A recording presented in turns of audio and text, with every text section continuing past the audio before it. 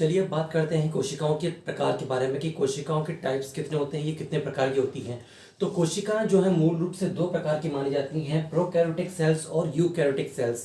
हम एक के बाद एक इनका बारी बारी से अध्ययन करेंगे कि प्रोकैरियोटिक सेल्स को प्रोकैरियोटिक सेल्स ही क्यों कहा जाता है और यूकैरियोटिक सेल्स को यूकैरियोटिक सेल्स ही क्यों कहा जाता है। तो सबसे पहले बात करते हैं हम प्रोकैरियोटिक सेल्स की। प्रोकैरियोटिक सेल्स का मतलब होता है, प्रो का मतलब होता है प्राचीन या प्रिमिटिव, और कैरियोटिक का मतलब होता है न्यूक्लियस।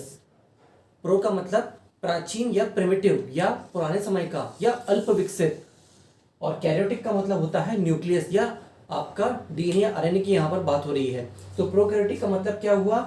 प्राचीन न्यूक्लिक अम्ल, ऐसा न्यूक्लिक अम्ल या ऐसा न्यूक्लिक एसिड जो कि बहुत ही प्राचीन प्रकार का है, जो कि आदिकाल से चला रहा है और डेवलप नहीं है, उसको हम प्रोकैरियोटिक सेल्स कहते हैं।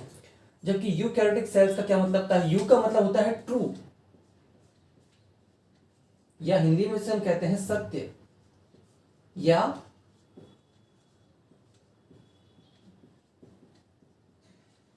Well developed. ऐसी कोशिकाएं जिनमें न्यूक्लिक एसिड यानी कि डीएनए या आरएनए या दोनों विकसित प्रकार के और एडवांस टाइप के होते हैं, काफी अच्छे से सुसज्जित होते हैं, उनमें न्यूक्लियर मेम्ब्रेन वगैरह सब कुछ प्रेजेंट होती है, ऐसे ही न्यूक्लिक अम्ल वाले, ऐसे ही ट्रू न्यूक्लिक अम्ल वाले या न्यूक्लिक एसिड वाली सेल्स को हम यूकैरियोटिक सेल्स कहते हैं। तो आप समझ चुके हैं कि इनको प्रोकैरियोटिक और यूकैरियोटिक सेल्स का मतलब क्या होता है।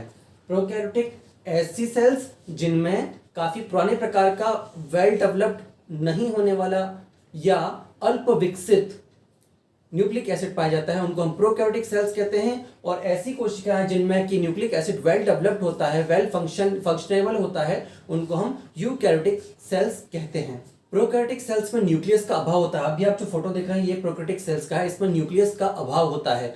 न्यूक्लियस के अभाव का मतलब ये होता है कि इसमें जो न्यूक्लियस है वो वेल डेवलप्ड नहीं होता है, इसीलिए सेल में कहीं भी बिखरी हुई अवस्था में या डिस्पर्स स्टेज में पड़ा होता है, कहीं भी आपको न्यूक्लिक एसिड पाया जा सकता है। ये यूकैरियोटिक सेल्स की तरह व्यवस्थित या किसी एक निश्चित स्थान पर न्यूक्लियर मेम्ब्रेन के साथ सुसज्जित नहीं होता है या अरेंज नहीं होता है। ये न्यूक्लियस कोशिका द्रव में बिखरी हुई अवस्था में पड़ा रहता है। इसके अलावा इनमें मेम्ब्रेनस ऑर्गेनेल्स का भी अभाव होता है, यानी कि वो एब्सेंट होते हैं। प्रोकैरियोटिक सेल्स में बैक्टीरिया, ब्लू ग्रीन एल्गी और वायरसेस प्रमुख रूप से पाए जाते हैं। ये सारे प्रोकैरियोटिक सेल्स के उदाहरण हैं, क्योंकि इनके अंदर वेल डेवलप्ड न्यूक्लियस नहीं पाया जाता है, ना ही इसके ऑर्गेनल्स वेल डेवलप्ड होते हैं और एक निश्चित अवस्था में नहीं पाए जाते हैं। अब हम चर्चा करते हैं यूकैरियोटिक सेल्स के बारे में। तो प्रोकैरियोटिक का ठीक उल्टा ही यूकैरियोटिक सेल्स में होता है। यूकैरियोटिक सेल्स में जो न्यूक्लियर मेम्ब्रेन है वो सुस्पष्ट रूप से वेल डेवलप्ड और अरेंज्ड पाई जाती है। जो न्यूक्लिक एसिड है वो भी सेंटर में, सेल के सेंटर में काफी अच्छी तरीके से अरेंज होता है और काफी अच्छे से फंक्शनल होता है। आप जो फोटो देख रहे हैं वो है यूकैरियोटिक सेल्स का। ये एक सरलतम यूकैरियोटिक सेल्स का आप स्ट्रक्चर देख रहे हैं। आप इसमें देख सकते हैं कि इसमें एक well developed cell wall present है। आप यहाँ पर देख सकते हैं जो सेल वॉल है वो यूकैरियोटिक सेल्स का एक प्रमुख लक्षण है, वो प्रेजेंट है। इसके बाद जो आप सेकंड लेयर देख रहे हैं अंदर की तरफ, उसको हम बोलते हैं प्लाज्मा मेम्ब्रेन। जो प्लाज्मा मेम्ब्रेन है वो भी सेल को चारों तरफ से घेरे होती है और इस प्लाज्मा मेम्ब्रेन के ऊपर ही सेल वॉल प्रेजेंट होती है।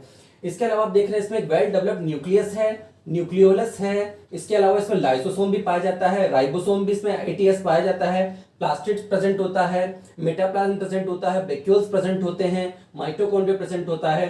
तो इस प्रकार जो यूकैरियोटिक सेल्स है वो एक काफी अच्छी डेवलप्ड और बहुत ही अच्छी वेल अरेंज सेल होती है, जिसकी वजह से हम इसे यू यानी कि ट्रू या असली सेल कहते हैं। और जो हायर एनिमल्स हैं या जो डेवलप्ड एनिमल्स हैं उनमें यूकैरियोटिक सेल्स ही पाई जाती हैं, जैसे कि एनिमल्स, प्लांट्स और इसके अलावा कुछ और जीव हैं जिनमें यूकैरियोटिक सेल्स पाई जाती हैं। इसके अलावा हम कोशिका का कुछ इतिहास जान लेते हैं कि जो यूकैरियोटिक सेल्स है इसका विकास कैसे हुआ। आज से 4.5 करोड़ साल पहले पृथ्वी का विकास हुआ, यानी कि पृथ्वी अस्तित्व में आई। और 3.5 करोड़ साल पहले ये माना जाता है कि प्रोकैरियोटिक कोशिकाओं का धीरे धीरे आरंभ हुआ, उनका अस्तित्व में आना शुरू हुआ। और करीब 1.5 करोड़ साल पहले ये कोशिकाएं डेवलप्ड होते होते यूकैरियोटिक सेल्स में बदल गईं। ऐसा माना जाता है कि प्रोकैरियोटिक सेल्स ने ही किसी दूसरी सेल्स को इनगल्फ कर लिया और उसके बाद फिर एक कॉम्प्लेक्स स्ट्रक्चर का फॉर्मेशन शुरू हुआ और धीरे धीरे एवोल्यूशन के थ्रू जो प्रोकैरियोटिक सेल्स थी उससे ही यूकैरियोटिक सेल्स का फॉर्मेशन शुरू हुआ, उसका निर्माण शुरू हुआ। अब थोड़ी सी चर्चा कर लेते हैं शेप ऑफ सेल की। तो जो कोशिकाएं हैं उनके शेप कई प्रकार के हो सकते हैं, अलग अलग टाइप के हो सकते हैं। उनका शेप कभी एक जैसा हो ये जरूरी नहीं है। तो कुछ के जो शेप होते हैं वो ओवल साइज होते हैं, कुछ के सिलेंड्रिकल होते हैं, कुछ के स्पेरिकल होते हैं, कुछ के एलिप्टिकल होते हैं और कुछ के फाइबर जैसी आकृति की सेल्स होती हैं। तो ये जो कोशिका है इनका जो साइज होता है वो भी अलग अलग होता है। इसके अलावा इनका जो शेप है, साइज है, वो सब कुछ अलग अलग हो सकता है। विभिन्न प्रकार के जंतु और पौधों की कोशिकाओं में अलग अलग साइज होता है। ये 0.5 माइक्रोन से लेकर 20 माइक्रोन साइज तक की हो सकती हैं। मनुष्य के शरीर में कोशिका का परिणाम 3-4 माइक्रोन से लेकर 90 सेंटीमीटर तक हो सकता है, जो कि हमारी तंत्रिका तंत्र यानी कि नर्वस सिस्टम की सेल्स होती हैं, जो कि सबसे लंबी कोशिकाएं मानी जाती हैं। के लेक्चर में हम बात करेंगे स्ट्रक्चर ऑफ सेल्स के बारे में, जिसमें हम जो सेल का स्ट्रक्चर है उसको काफी डिटेल में स्टडी करेंगे। आज का वीडियो देखने के लिए थैंक यू सो मच।